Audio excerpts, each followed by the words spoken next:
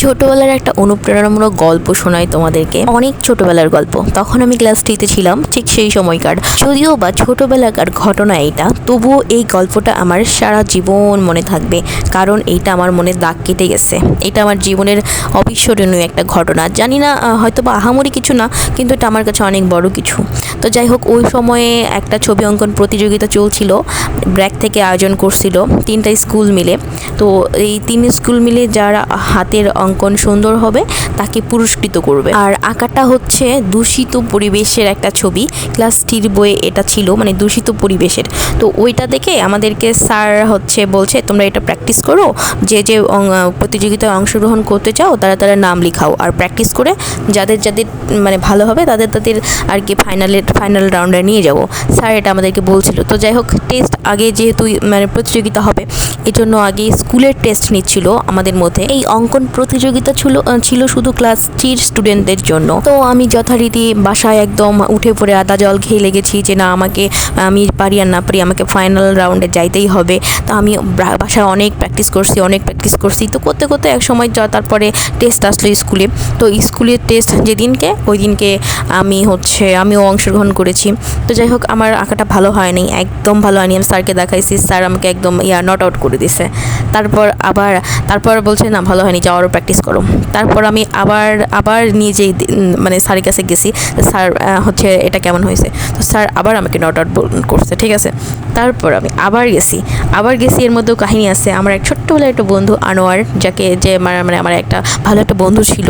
তো আনোয়ারের কাছ থেকে আমি একটা গরু আঁকায় নিছি, মানে ওই পরিবেশের মধ্যে গরুর একটা আর কি ইমেজ ছিল। তো আমি ওর কাছ থেকে গরু আঁকায় নিছি। তো তারপরে আমি স্যারকে নিয়ে যেয়ে দেখাইছি যে স্যার এবার কেমন হয়েছে।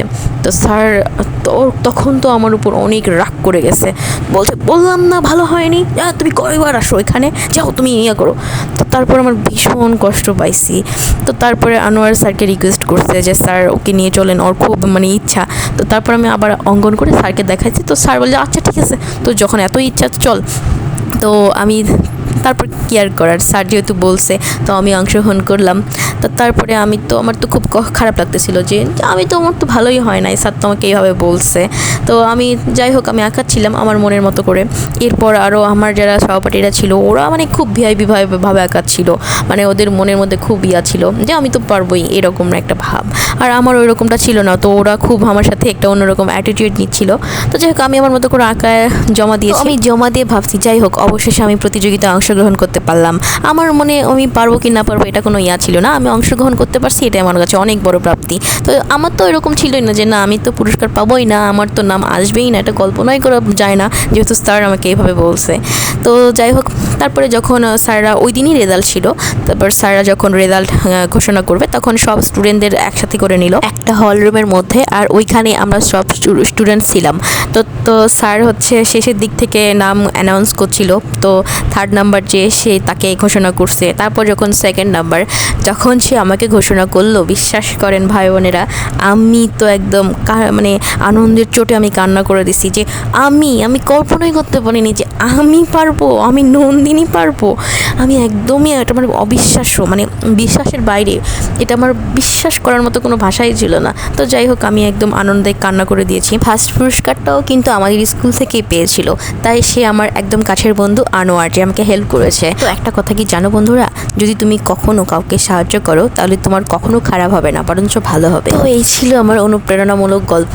আমার এই গল্পটা এখনও আমি মনে করি, আমার ভীষণ রকম মনে দাগ কেটে গেছে। তো যাই হোক, আমার গল্পটা কেমন লেগেছে প্লিজ তোমরা কিন্তু কমেন্ট করে জানাবা। এটা কিন্তু একদম আমার নিজের কথা, মানে নিজের কাহিনী আর কি।